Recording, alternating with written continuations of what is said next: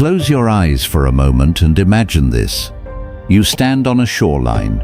Behind you, sharp mountains rise into a thick orange sky. In front of you, a vast black sea stretches to the horizon, its surface disturbed by slow, heavy waves. Rain is falling, not a light drizzle, but a heavy downpour, drumming against the ground around your boots. Somewhere ahead, a river cuts through a canyon, roaring as it empties into the dark water below. It feels exactly like Earth. It is nothing like Earth. The rain is liquid methane. The rivers flow with ethane. The ocean before you is a freezing black sea of natural gas so cold it would destroy your body within seconds. The sky above you, that thick, smoggy, permanently orange sky, is a choking mix of nitrogen and hydrocarbon poison. The sun is still up there somewhere, but it is so dim and filtered that standing at noon on this world feels darker than a stormy twilight back home. Do not remove your helmet, not even for one breath. Welcome to Titan, Saturn's largest moon and the most disturbingly Earth-like place in the entire solar system. Titan is enormous. It is larger than our moon. In volume, it is larger than the planet Mercury. If Titan orbited the Sun instead of Saturn, every astronomer on Earth would classify it as a planet without hesitation.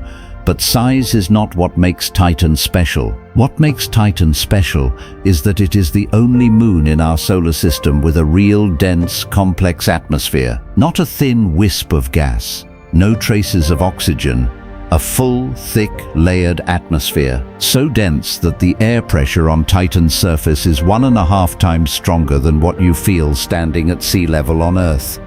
You would not suffocate from low pressure on Titan, you would be crushed by it. For centuries, that atmosphere was a wall we could not see through. Every telescope we pointed at Titan saw the same thing, a fuzzy, featureless orange ball.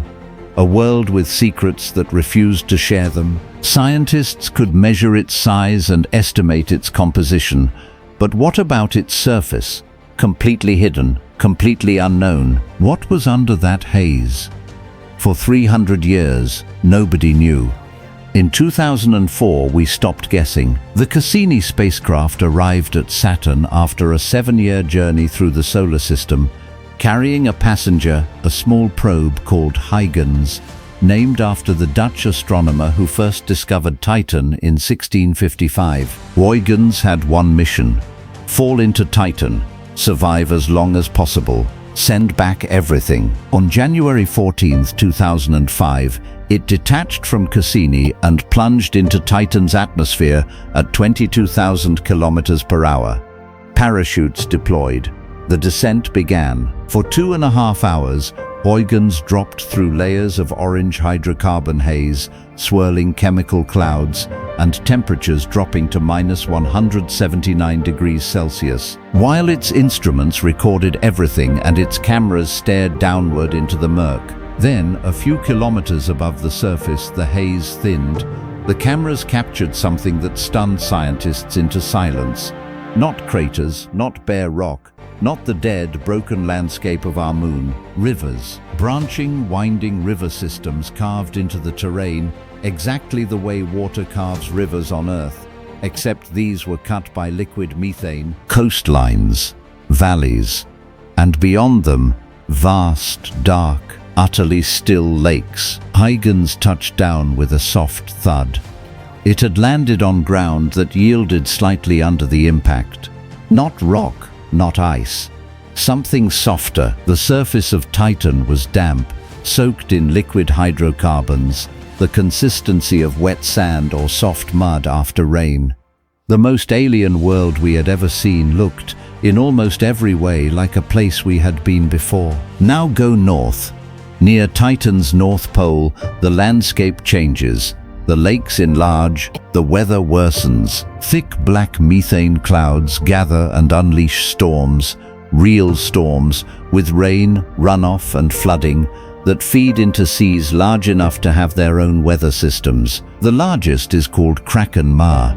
It is roughly the size of Earth's Caspian Sea, about 400,000 square kilometers of liquid methane and ethane sitting in permanent twilight atop a moon 400 million kilometers from the sun.